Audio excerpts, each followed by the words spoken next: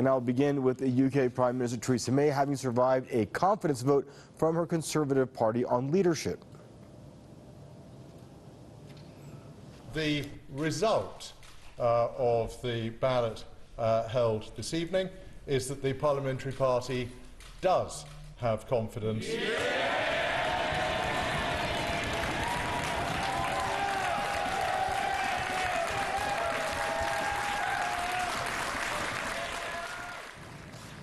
200 Conservative Party lawmakers voted for May, while 117 MPs voted against her. Under the Constitution of the Conservative Party, no further confidence vote can take place for at least 12 months now. After surviving the no confidence vote on her leadership, May called on politicians from all parties to come together to preserve Britain's national interests. Following this ballot, we now need to get on with the job of delivering Brexit for the British people and building a better future for this country. A Brexit that delivers on the vote that people gave, that brings back control of our money, our borders and our laws, that protects jobs, security and the union, that brings the country back together rather than entrenching division.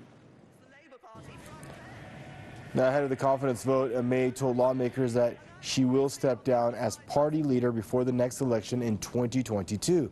Less than 4 months before Britain is due to leave the European Union late March of next year, country's exit from the bloc is hanging in the balance. UK faces options ranging from potentially disorderly no-deal departure to another referendum that could reverse Brexit altogether. Following this ballot, we now need to get on with the job. Joining us out of London for more on the story is Mr. Tony Gosling, investigative journalist. Hello, Tony. It's a pleasure to have you back on the program. Tony, tell me, how does that read? 117 lawmakers within your own party trying to vote you out. How does that look? Tell us how, in the realm of the macro perspective of things, where do we stand, or where does she stand? Well, if she can stand up, she's really now a zombie prime minister, because that's a lot of MPs to say they've got no confidence in her. Let me just go through the figures. There are 317 Conservative MPs in the House of Commons. Out of those, many of them are paid posts, paid in the patronage of the Prime Minister, 140 of them. So that leaves 177 what we call backbench MPs who don't have that extra money every year from Theresa May. Now, if you look at the figures for the number of MPs that voted who aren't in her pay, on her payroll, it's actually 2/3. So 2/3 of the MPs, and the normal backbench MPs, voted against her. The figures look fairly good. She's got 65% of all the MPs behind her. And that's not a fantastic majority. It certainly doesn't inspire confidence. But to have 2/3 of the backbenchers against her, this really looks bad for her. So she's putting a brave face on it, saying that she's going to see Brexit through. But with most of the House of Commons, of course, the Conservatives don't have a majority, and 2/3 of her backbenchers against her. It's going to be extremely difficult. It's going to be a painful process for her to even carry on into over the next few months and to see through the 29th of March, which is when we're supposed to leave the European Union. And the big question here you have to ask, I mean, lawmakers, I'm sure they're asking themselves, could someone in ambitious, I don't know, David Davis or Boris Johnson or that banker Javid or even opposition, Labour Party leader Jeremy Corbyn, could any of them do a better job of spearheading Brexit? Well, most definitely. She's made a real hash of it.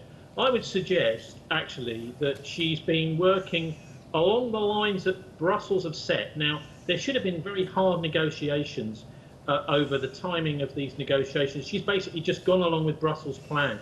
So who is she working for? Working for Brussels? Also, her husband, Philip, who works for Capital Group as a fund manager in a massive investment firm, has been making millions from the war in Yemen. So there are a lot of questions about whether she's been simply doing what her husband wants. Then there's also the globalists. I mean, is she working for them to sabotage Brexit? It does look as if she's made as bad a deal as possible to alienate so many people. And also in the background to all of this has been Mark Carney, the Bank of England governor.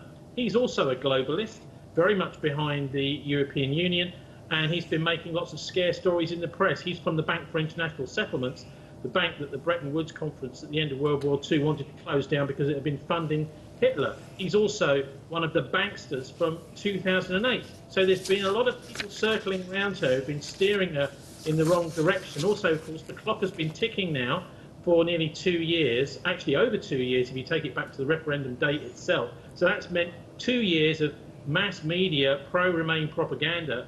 I mean, the BBC, for example, has these panels on. Usually you'll find 4 pro-Remain people and only 1 person who's pro-Brexit, even though the country voted for Brexit. There's been all these scare stories about no food in Britain, no flights from Britain, which are all just nonsense. And there's been all propaganda we've had as well to have another vote. They called it the people's vote. Actually, it's the loser's vote. And if anyone decides that they want to overturn the referendum result, really they're pushing for a dictatorship. That's what they want. So I'd like to see a clean break, back to 1973, pre-EEC, pre-EU, when Britain was an independent country. The only danger there is that would upset the banksters so much that they may just crash the economy, crash the pound to punish us. But we might end up like Norway, which is where we have to obey the EU's rules, but we've got no say in writing them, and that would be the worst of all worlds. That seems to be now where we're heading if Theresa May is allowed to see this right through, which it now looks as if she will. And that's the thing. Before we let you go, we're almost out of time. We actually are out of time, but I'm going to push it over because I want to get your. I'm really, keen to get your take on this last question. She's postponed this vote. She's tabling it in Parliament. She's postponing the vote. Should Parliament, shoot down her proposal, where will we stand? Well, I don't think they necessarily will, because she has now the possibility to placate her coalition partners in Northern Ireland.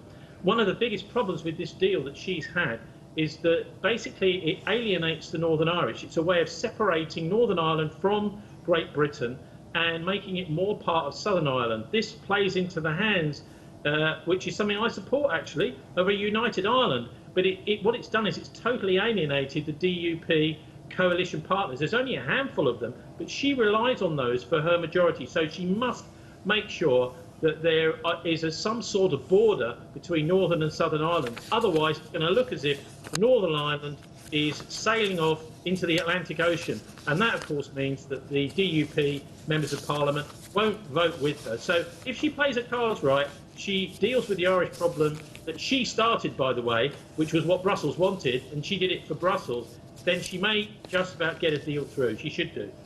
Always a pleasure to speak to you. Thank you for joining us and for your take. Tony Gosling, everyone, investigative journalist, joining us there out of London.